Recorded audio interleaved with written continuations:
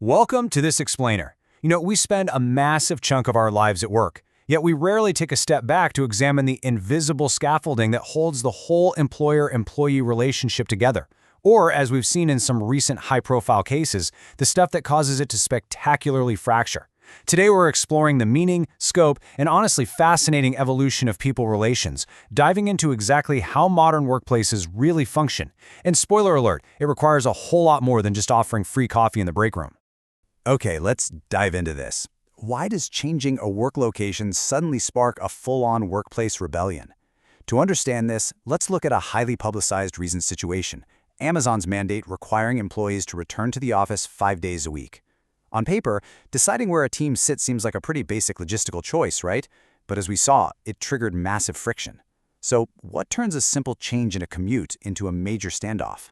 Section 1. The Amazon RTO Clash. So, looking at this situation neutrally, we have two very different perspectives colliding here. On one side, we have management's operational objectives. They emphasize the need for in-person innovation and collaboration. From a purely business objective standpoint, it's a structural decision aimed at boosting corporate performance. But on the flip side, employees question the evidence behind the mandate. They raise totally valid concerns about the effect on commuting, the sudden loss of flexibility, and overall fairness.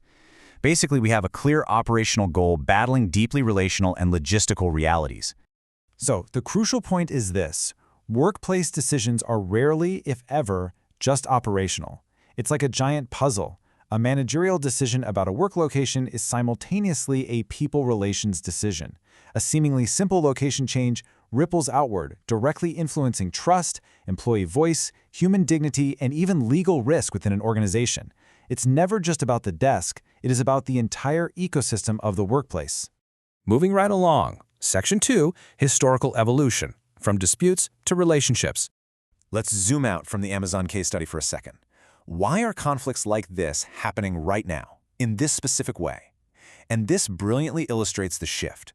Historically, industrial relations was heavily concentrated on manufacturing. It was defined by unions, collective bargaining, and handling disputes. It was highly reactive, basically putting out fires after they started. Today, however, contemporary employee relations has expanded dramatically. It includes navigating hybrid work, employee well-being, the integration of new technology, and fundamentally, trust and dignity. We've moved from a reactive, dispute-heavy past to a proactive, relationship-focused present. Now, I want to be really clear about what this modern era actually looks like. Good contemporary employee relations do not mean a magical absence of disagreement. Friction is totally natural in any business. Honestly, if everyone agrees all the time, you probably aren't innovating. Rather, good relations mean that disagreement is expressed safely and resolved through fair procedures. It's about having a structured, equitable system in place when interests inevitably collide. Section 3. Defining modern people relations. All right, we've seen the Amazon case, and we've explored the historical timeline. Now let's anchor the theory behind all of this. People relations concerns the quality of the continuing relationship between an organization and the people who perform work for it. Notice the word continuing? This is absolutely vital because every new policy introduced by management isn't viewed in a vacuum. It's interpreted by employees through the lens of their prior experiences, past managerial behavior, and their ongoing expectations of fair treatment. I really want you to remember this core ethos. Employment is a continuing relationship rather than a single transaction. This is the starting point of people relations. If management treats a policy change like a single, isolated transaction, saying, well, we have the authority, so we're just doing this, they miss the relational aspect entirely.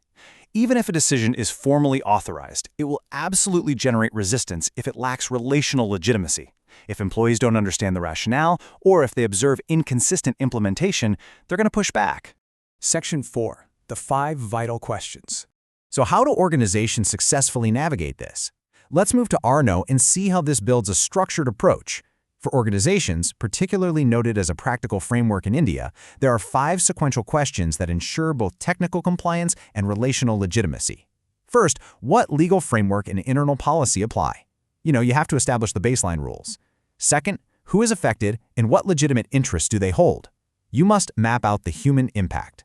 Third, what evidence supports the proposed decision? As we saw in the Amazon case, employees will demand the why. Fourth, what procedure will protect fairness and documentation? And fifth, How will the organization explain, implement, review, and where necessary, corrected the decision? If you follow these steps, you're managing the continuing relationship, not just issuing a mandate. Section 5. Beyond just operational rules. Let's take this framework out of the high-stakes boardroom and apply it to day-to-day operations. Now, what's really interesting about this slide is that mundane administrative tasks, attendance, leave approval, variable pay, remote work requests, are actually massive flashpoints for trust. Think about it. Every time a manager approves or denies a leave request or calculates variable pay, they are materially influencing the employee's trust in the organization. These basic policies require a constant, delicate balance between the employer's need to manage the organization and the employee's entitlement to dignity, information, and a fair procedure.